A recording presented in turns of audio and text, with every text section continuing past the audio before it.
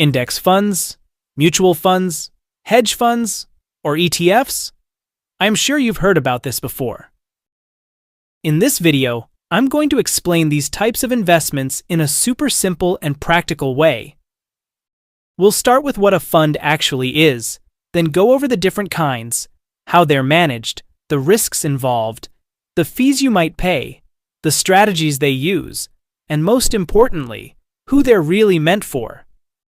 So please, give me 10 minutes, and I'll give you the knowledge most people take years to figure out. But first of all, I would like to make clear that this is not any kind of financial advice. Alright, before diving into every kind of fund, first let's understand what a fund actually is.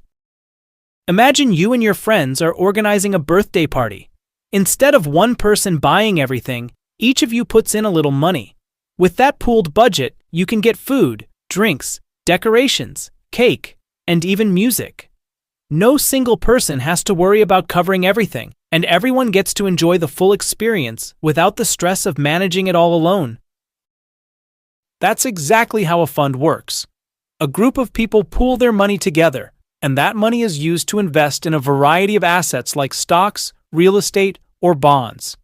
Instead of trying to manage each investment yourself, the fund handles it for you, and you get to share in the overall results.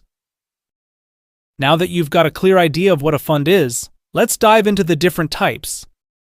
Starting with index funds, which are probably the most talked about on social media. You've likely heard influencers or finance creators say things like, "Just throw your money into an index fund and forget about it." But what does that actually mean? All right, an index fund is a type of fund that doesn't try to pick winning stocks. Instead, it simply copies a list or index of companies. But what exactly is an index? Think of it like a scoreboard or a sample group.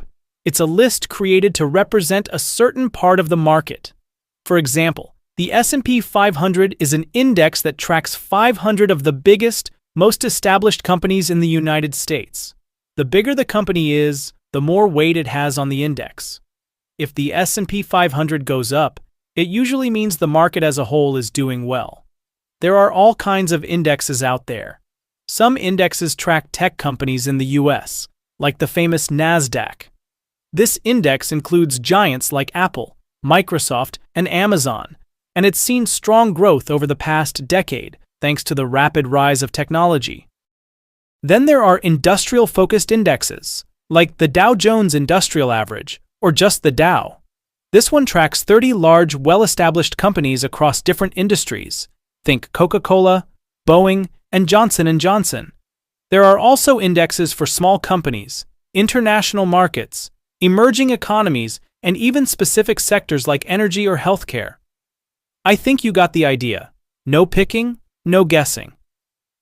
Index funds are passively managed, which means there's no one actively choosing what to buy or sell. They just follow the index. And that's actually a good thing, because it keeps the fees super low. You're not paying for a manager, just a system. Most index funds charge an annual fee, called an expense ratio, of anywhere from 0.02% to 0.20%. That means if you invest $1,000, you might pay just 20 cents to $2 per year in fees. Incredibly, right? Some of the most well-known companies that manage index funds are Vanguard, BlackRock, which runs the iShares funds, and Fidelity. Index funds are also known for being low risk, relatively speaking, because your money is spread across hundreds of companies. If one company has a bad year, it probably won't tank your whole investment, depending on the fund, of course. Before we move on, there's something really important to understand about how index funds work, especially when it comes to buying and selling them. Unlike stocks or ETFs, you can't buy an index fund at any time of the day and lock in the current price. Instead, index funds are only priced once per day, after the market closes. That price is called the net asset value. It's calculated by taking the total value of all the assets in the fund, minus expenses, divided by the number of shares the fund has. So, if you place an order to buy or sell an index fund at 11 a.m., your trade won't go through at that moment. It will be processed at the net asset value calculated after the market closes, typically at 4 p.m. This is what's known as the cutoff time. If you place your order before the cutoff, your trade will be executed on that day. This can vary depending on the fund management company you're using. Some may take a few days to process and execute your order. This system makes index funds simple and consistent, but it also means you don't have real-time control over the exact price you'll get.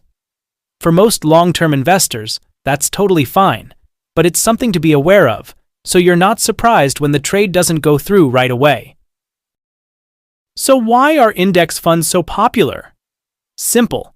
They're low cost, low effort, and historically, they perform pretty well over the long term. That's why a lot of experts, even Warren Buffett, recommend them for most investors, because it's extremely difficult to consistently outperform the market. Alright,